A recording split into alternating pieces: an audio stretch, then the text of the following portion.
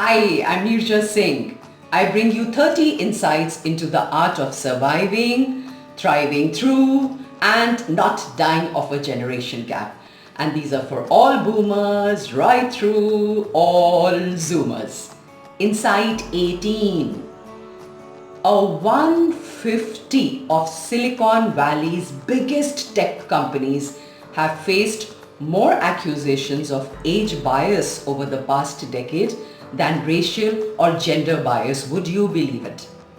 They have an Age Discrimination Employment Act of 1967, but that did not prevent two-thirds of their workers between age 45 to 74 years from claiming that they have seen or experienced ageism.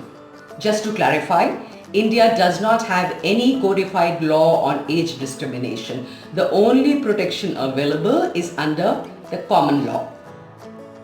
There is this new ism in town. It's called ageism, defined by the World Health Organization as the stereotyping, prejudice and discrimination towards people on the basis of age.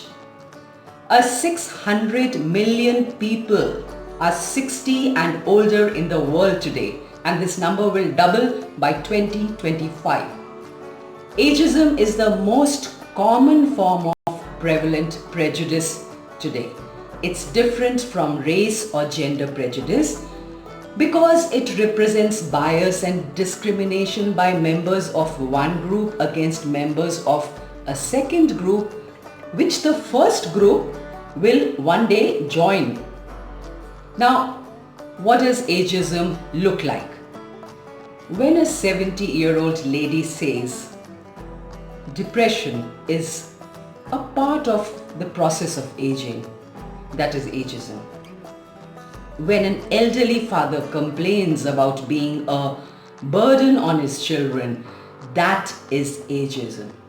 When an older employee is shifted to a lesser role as a way to bide his time until he retires, yes, that is ageism. When a physician perceives a senior as a bed blocker and stops short of giving him a diagnosis, yes, that is ageism. The stereotypical image of the elders is that they are frail, ill, dependent, incompetent, that they are less efficient, less productive, less healthy than their younger counterparts. Also, that they are technologically inept, resistant to change, less innovative and less adaptable.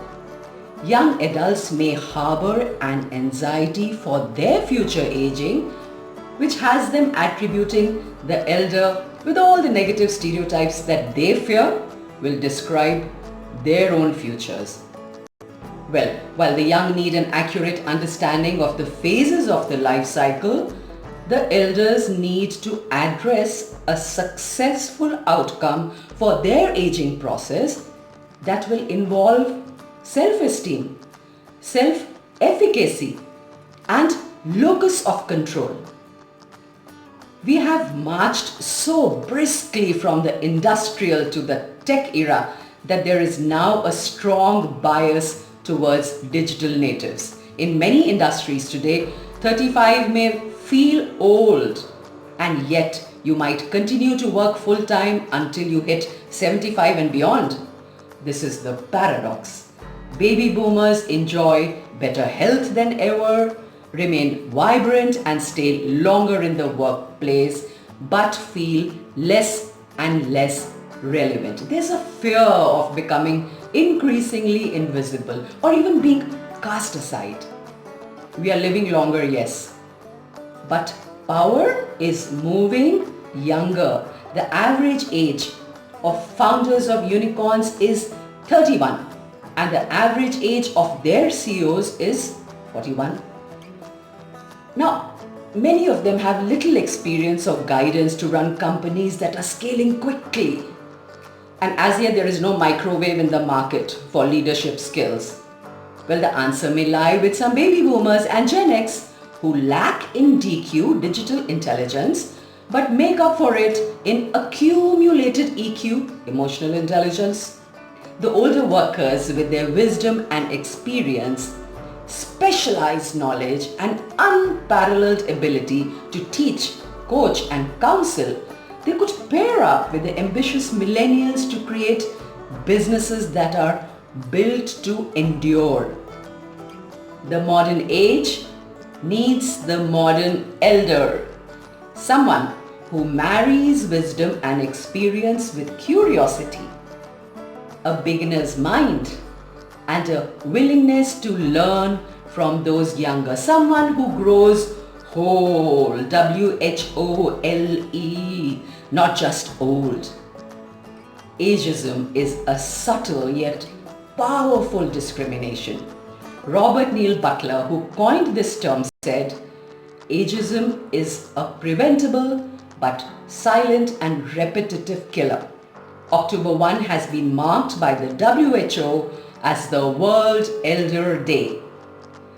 The eventual arrival of elderhood is a condition that unites us. It's like any other type of diversity. Now, what does Robert De Niro overcome in the Hollywood comedy The Intern?